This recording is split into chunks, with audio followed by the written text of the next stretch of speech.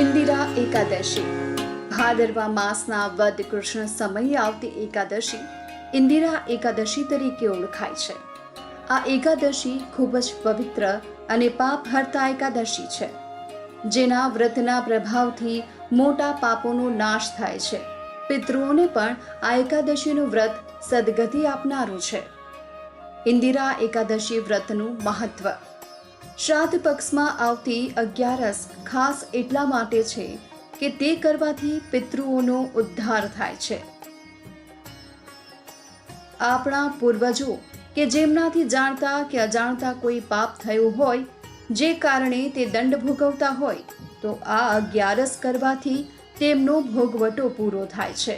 તેથી તેમને શાંતિ મળે છે, પરિવારને આશીર્વાદ મળે છે, સાથોસાથ વંશની વૃદ્ધિ થાય છે. આ એકાદશી વ્રત જો વિધિ વિધાનપૂર્વક કરવામાં આવે તો પુણ્યની પ્રાપ્તિ થાય છે. આ 11 દાન આપવાનો વિશેષ મહિમા છે. મૃત્યુ બાદ વ્યક્તિ વૈકુંઠમાં વાસ કરે છે. પદ્મ પુરાણ અનુસાર આ એકાદશીનું વ્રત કરનાર વ્યક્તિની 7 પેઢી સુધી પૂર્વજોના નામે યજ્ઞ કરવામાં આવે છે. આ એકાદશીનું વ્રત કરનારને પણ મોક્ષની પ્રાપ્તિ થાય છે. ઇન્દિરા એકાદશીનું વ્રત રાખવાથી અને ભગવાન વિષ્ણુની વિધિવત પૂજા કરવાથી વ્યક્તિ વૈકુંઠ ધામની પ્રાપ્તિ કરે છે. પુરાણોમાં કહેવાયું છે કે ઇન્દિરા એકાદશીનું વ્રત કરવાથી કન્યાદાન જેટલું પુણ્ય, હજારો વર્ષની તપસ્યા અને તેનાથી પણ વધુ પુણ્ય પ્રાપ્ત કરી શકાય છે. ઇન્દિરા એકાદશીએ સૂર્યાસ્ત સમયે તુલસીની સામે ઘીનો દીવો પ્રગટાવી ઓમ વાસુદેવાય નમઃ મંત્રનો જાપ કરી તુલસીની 11 પરિક્રમા કરો, જેનાથી સૌભાગ્ય અને સુખ શાંતિ વધશે. આ એકાદશીના ઉપવાસ અને પૂજાના નિયમો અન્ય એકાદશી સમાન છે. ફરક માત્ર એટલો છે, આ દિવસે શાલિગ્રામની પૂજા કરાય છે. ભગવાન શાલિગ્રામને સ્નાન વગેરે દ્વારા શુદ્ધ કરવું, પંચામૃતથી સ્નાન કરાવ્યા બાદ ભોગ અર્પણ કરવો અને પૂજા કરવી, આરતી કરવી. આ દિવસે પૂજા અને પ્રસાદમાં તુલસીના પાનનો ઉપયોગ અનિવાર્યપણે કરવામાં આવે છે. ઇન્દિરા એકાદશી વ્રત કથા. ભગવાન શ્રી કૃષ્ણ ધર્મરાજ યુધિષ્ઠિરને ઇન્દિરા એકાદશી વ્રતનું મહત્વ સમજાવ્યું, જેમાં શ્રી કૃષ્ણ ભગવાને કહ્યું કે સમસ્ત પાપ કર્મોનો નાશ કરનારી એકાદશીમાં ઇન્દિરા એકાદશી ખાસ છે. આ વ્રત કરવાથી પિતૃઓની મુક્તિ થાય છે. હે રાજન, ઇન્દિરા એકાદશીની કથા જે હું તમને સંભળાવું છું તે ધ્યાનથી સાંભળો. તેને સાંભળવા માત્રથી જ વાજપેયી યજ્ઞ સમાન ફળની પ્રાપ્તિ થાય છે.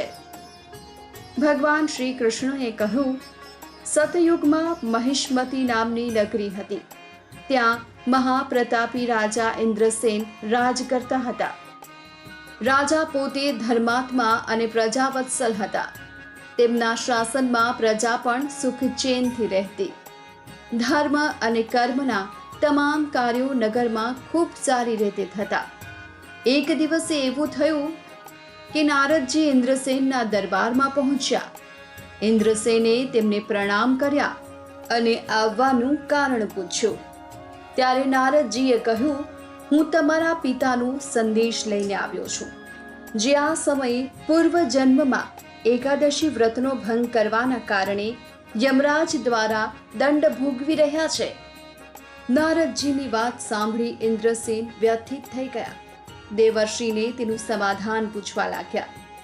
ઇન્દ્રસેને કહ્યું કે મહારાજ, કોઈ ઉપાય બતાવો જેથી કરી મારી પિતાની પીડાનો અંત આવે અને તેમની ગતિ થાય. ત્યારે દેવર્ષિએ કહ્યું કે હે રાજન, તમે શ્રાદ્ધ પક્ષમાં આવતી ઇન્દિરા એકાદશીનું વ્રત કરો. આ દિવસે નારાયણનું વિધિવત પૂજન કરી આખો દિવસ ઉપવાસ કરો અને ભગવાન વિષ્ણુનું ભજન, મંત્ર જાપ કે કથા શ્રવણ કરો, જેના પુણ્યથી તમારા પિતાને મુક્તિ મળી જશે. એ દિવસે યથાશક્તિ દાન પણ કરો. આમ કહી નારદજી અંતર્ધ્યાન થઈ ગયા. જે બાદ મહારાજા ઇન્દ્રસેને નારદજીના કહેવા પ્રમાણે વિધિ અનુસાર એકાદશીનું વ્રત કર્યું, જેનાથી તેમના પિતાને શાંતિ મળી અને પરમ પદને પામ્યા. જ્યારે રાજ સ્વયં પણ અનંત સુખોને ભોગવીને અંતે મોક્ષ પ્રાપ્ત કર્યો. આ રીતે કરો એકાદશીનું વ્રત. સવારે વહેલા ઉઠી શ્રદ્ધાપૂર્વક સ્નાનાદિ કર્મ પતાવી વ્રત કરવું. આ દિવસે પ્રથમ વિષ્ણુ નારાયણનું પૂર્ણ શ્રદ્ધા અને ભક્તિભાવથી પૂજન કરવું. જે બાદ પિતૃઓનું પૂજન અને તર્પણ કરવું. આ દિવસે ફળાહાર કરવો, અન્ન ન લેવું. દિવસભર પ્રભુ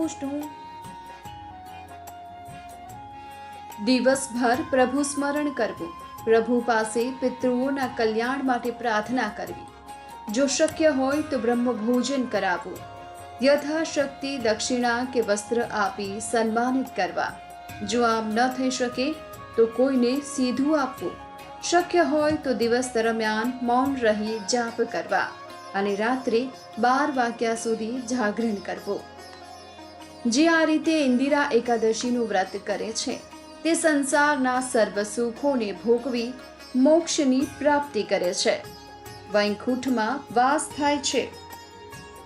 જ્યારે પિતૃઓની શાંતિ અને ગતિ થવાથી પારિવારિક સંબંધોમાં પણ વિશેષ સુખ શાંતિની પ્રાપ્તિ થાય છે.